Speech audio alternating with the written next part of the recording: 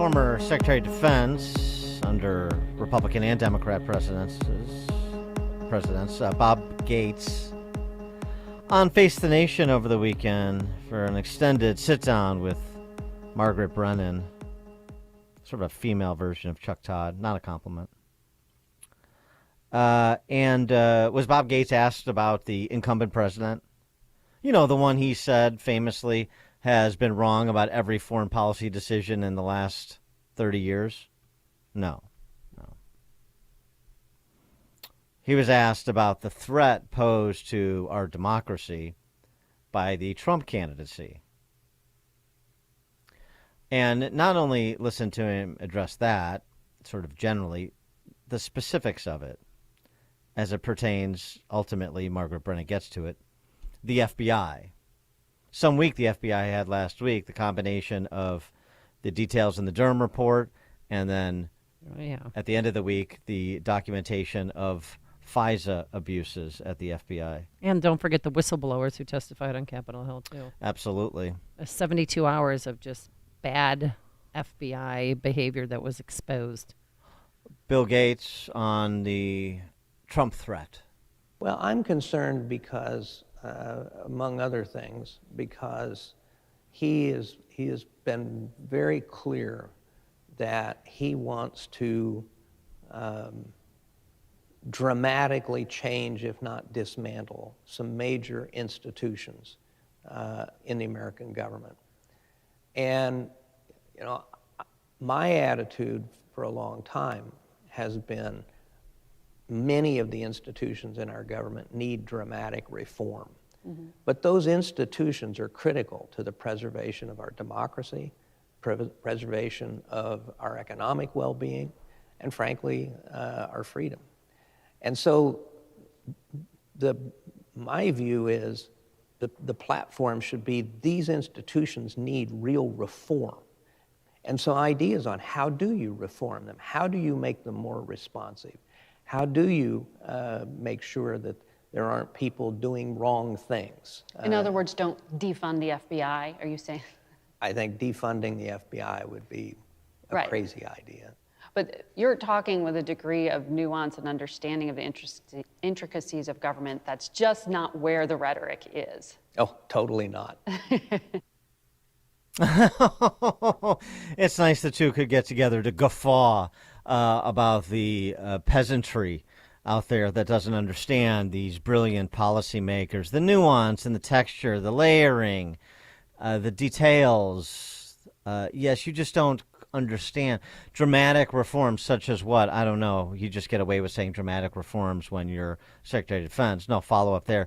They're integral to our democracy. Really, we had a representative republic before the FBI. It wasn't attendant to the nation's founding. We can't have one going forward. And how is, for example, the FBI, since Maggie brought it up there, how is the FBI integral to our economy?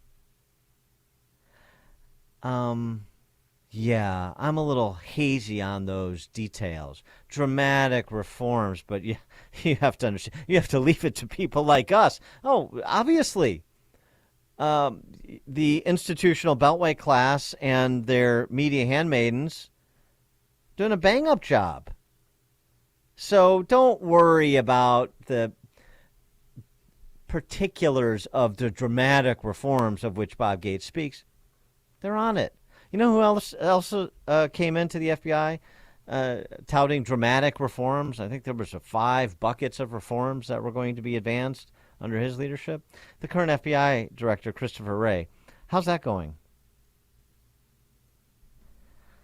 For more on this, pleased to be joined by Dakota Wood, who served America for 2 decades in the Marine Corps and is a senior research fellow for defense programs at the Heritage Foundation. Dakota, thanks for joining us. Appreciate it. Hey, it's always good to start the week with you here on a Monday. Hope you guys had a great weekend. Yes, thank you. You as well. But it was ruined a little bit because I don't like being talked down to by Bob Gates. I know. Insulting. And yeah, so, it was, But I mean, the idea, like, just dramatic reforms, but we can't talk about the dismantling. Use whatever verbiage you want. The FBI Right. cannot continue, and other agencies, the FISA courts, the CIA, they cannot continue to operate the way they've operated. And again, just real quick, Garrett O'Boyle, one of the FBI whistleblowers who Amy referenced, testifying before the House Weaponization Committee on Friday, said this about the FBI and its treatment of people like him who served our country, including in the FBI. But the FBI will crush you. This government will crush you and your family if you try to expose the truth about things that they are doing that are wrong. And we are all examples of that. Sounds like more than just a personnel problem to me. Right. Yeah, well, I think what we find in life is the further away you get from the ability to be held accountable, the more loose things become, and the more kind of free reign one feels they have to do what they want to do instead of what the rules say that they should do. By that, I mean, if you've got a local police department, the locals can hold that police chief or those police officers because they all know each other, right? But if you have a federal agency that is separated by many, many layers of bureaucracy and distance, and who can actually hold a federal agency to account, that being the president or Congress as a whole, it gets much more difficult to ensure that what that agency is doing is the right thing to do. So you've got this Department of Justice been completely politicized. The weaponization, I know that you all have used that term before and others have, the weaponization of federal agencies like the Internal Revenue Service, the Federal Bureau of Investigation, and others, so that they become political instruments of whatever party is holding power. Go after this group, but not this group, right? Use FISA court authorities inappropriately, to search or to conduct surveillance on American citizens as opposed to, international spies that might be in the United States.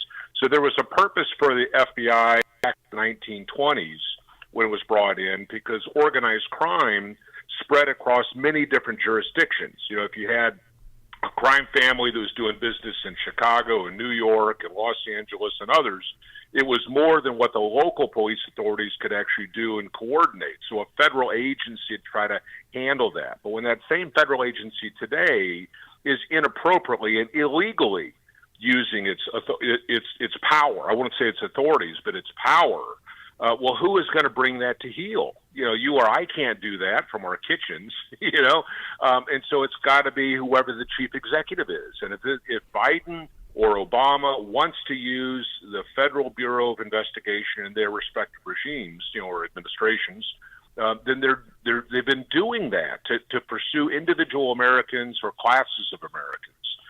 And this outrage that we saw expressed in Congress and by those agents and on shows like this is really the only way to get these folks in. So if Trump comes back into office and he does wholesale firing of some of these senior officials within that agency, it'll send a message, throughout that department. And I think, unfortunately, that's where we've gotten today.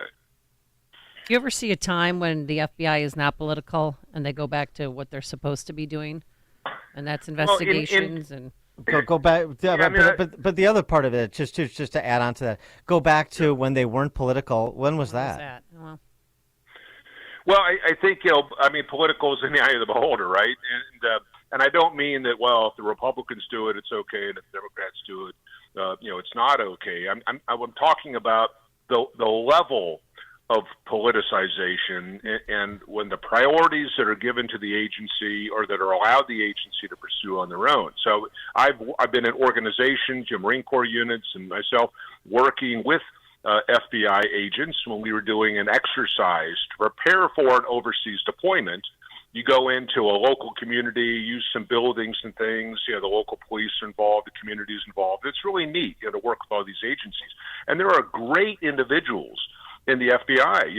A friend of mine, Bob Roth, passed much, much too soon because he was one of the lead investigators and the plane crash, the terrorist attack on the Pentagon back in 9/11, and inhaling all those vapors and everything else, he developed some cancers related to that. He was a wonderful, godly Christian man, father of, I think, 5 or 6 kids, a beautiful wife, and all that stuff. So great people in the agency. The politicization comes at the more senior levels where you have appointees and people who have this writ from the king, sitting in the White House, to go off and pursue these crazy investigations like Russiagate, where they're inventing evidence, not being honest about what the evidence is or where it came from, charges of collusion and all that. I mean, that is the type of politicization that we're talking about today. Well, right? also, I mean, we should be, and Republicans should be saying this, it also threatens our national security. I mean, in many ways, but in one, with respect to our standing with our allies. I mean, the Durham report and others detail how the British intelligence said, "What are you guys doing? What are you talking about? Yeah. We don't want any part of this." I would say that it damages national security in at least 3 ways. One is you only have so many agents and so much attention in a day. If you're using that to pursue these wild accusations or inventing them on your own to serve the political masters, then you can't use those same people and time and resources to pursue actual threats, right? Opportunity chosen political objectives instead of real ones. The second one is the destruction of the public confidence in the Department of Justice and the FBI, right? When their own people are coming out of the agency saying that we're being crushed, we've been forced from our homes, we're in fear of our livelihoods, if not our own lives in terms of false imprisonment or whatever that might be, well, you don't have any trust within the American public, which is essential, right, to chasing out crime and rooting out corruption, et cetera. And the third one is, the point that you just brought up, is if we're working with foreign governments, other governments, to try to get at mutually dangerous sorts of threats. What are the Russians doing? What are the Chinese doing? Money laundering, human trafficking, all those sorts of things. And they start looking at the United States, that these instruments are something like some third world dictator would use, where everything is just a political tool for whoever the president might be at the moment. It destroys our ability to safeguard our country as well. So there is no good that comes out of this. I wanted to get your reaction to another topic, since there was news over the weekend that the Biden administration has green-lighted providing F-16s to the Ukrainians. NSC spokesman John Kirby was on the Today Show explaining the reversal. President Zelensky has been begging for them for more than a year. President Biden has resisted until this point. So what changed? Nothing changed. I mean, we have been evolving our support for Ukraine as the war has evolved. And when we're talking about fighter aircraft, that's really not designed to help us in the immediate future here with the counteroffensive. The training alone, John, could take 18 months, the defense secretary. Well, that's an initial estimate. What we have seen in the past is some of that training, when we have thought it was going to take longer, ends up not taking that long. We'll let the Pentagon sort that out. But to your point, Peter, the support has evolved over time as the war has evolved. But as the war has evolved, we've also started to have conversations with the Ukrainians about long-term defense needs. Because when this war is over, whenever that is and under what conditions, they're still going to have a long border with Russia. They're still going to need significant defense support. The best thing that John Kirby has going for him is Karine Jean-Pierre, because it makes him look good by comparison. But that was a spinmeister at work right there. But the F-16s, Dakota. Yeah. I think that in today's anti-air threat environment, if you're running a Russian S-400 integrated air defense system, 4th generation aircraft like F-15s, F-16s, F-18s, just really aren't viable aircraft in that environment. I've got a colleague who's written about this, and there's a lot of technical stuff behind that, where the weapon and the radar are so good that you really have to have stealth capabilities in the fighter to survive in that battle space. So there is this ongoing debate about the viability of the F-16. Where I take exception to what Kirby and others have said is, as the war has evolved, our assessments evolve with it. It's always reactive, right? So some development will happen on the battlefield. The Zelensky government will ask for something. U.S., Great Britain, Germany, others will take weeks, if not months, to respond, and then it's just this dribbling of support. To win a battle or to win a war, you have to take the initiative, right? You have to go on offense in some way, and instead of being reactive, be proactive.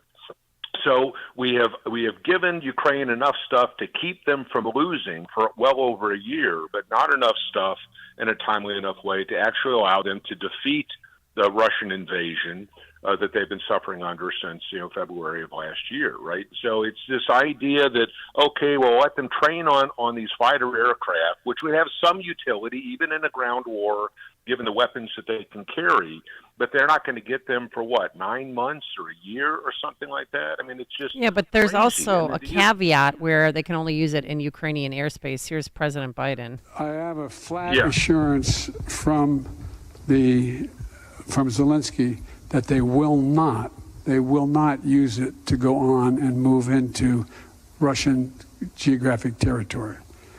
But wherever Russian troops are within Ukraine in the area, they would be able to do that. Are you buying that?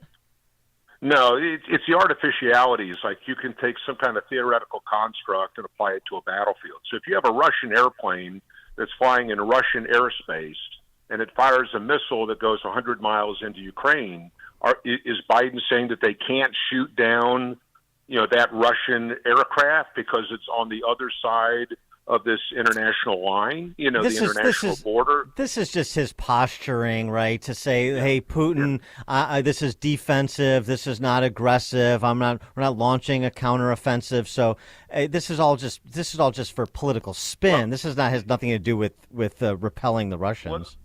No, it's not with battlefield realities. And even going back to what Kirby said, the long-term defense needs of Ukraine, that after the war ends, they'll still have to defend their borders, in which case F-16s would be appropriate then. Well, how does defending yourself after war differ from defending yourself when you're in a war? You see what I'm saying? Yeah. I mean, so if the aircraft is good to defend the country 2 years from now, why isn't it good enough to defend the country today? So their own logic is completely crazy. And they think this. I mean, how do they think the Russians and the Chi-Coms receive this? They don't receive this as, America's rallying. They see this as this weakness. They're doing this at the behest of Zelensky so they can continue to have this issue to moralize about and to play politics with the Russians, while also saying, hey, we're only going this far, so don't escalate. We're not escalating. Please don't escalate. That's not the message you send to the Russians, to the communists in Moscow or Beijing. You can't be halfway pregnant, right? So there's a lot of debate over whether we should be supporting Ukraine at all, right? If we're not going to, then why are we spending any money or equipment in the first place?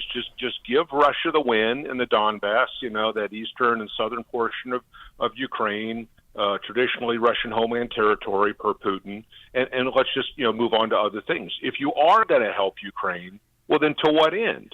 Right? I mean, to push back Russia, to evict Russian forces. If that's the objective, then you have to give them resources to be able to do that. They've been at a 10-to-1 disadvantage. It is amazing what the Ukrainian people have been able to do over the course of the past year, and yet they haven't been given enough to actually win, right? I mean, they're losing 10,000 drones a month. 10,000 drones a month is what they're going through. And in our artillery exchanges, they're at a 10-to-1 disadvantage. They fire 6,000 rounds, and the Russians fire 60,000 rounds. So if we're going to be spending our money, wouldn't it be good to actually spending it in a way that achieves a victory? And so this dancing around the head of a pin on an F-16 good 2 years from now but not good today, it just shows how confused and misguided the Biden administration actually is. Well, half the country doesn't care about the outputs from any government spending, so why should the spending on Ukraine be any different for them, I suppose? But yes, well, it goes back to the FBI discussion. It's a destruction of confidence by the American people in the federal government. When it behaves in these ways, whether it's law enforcement, tax rates, they can't define what gender actually means, right? I mean, all these identity politics, the wokeism, the foreign policy decisions, it's just this huge cloud of confused thinking. And so, myself as a tax-paying voter, what should my perspective be of my own government? Where's the confidence there? And I think it's probably dropped to near zero. He is Dakota Wood, served America for 2 decades in the Marine Corps, Senior Research Fellow for Defense Programs at the Heritage Foundation. Dakota, thanks for joining us. Appreciate it. Have a great week. Thanks. Thank you. And he joined us on our turnkey.pro answer line. You've made the switch, and it feels so good.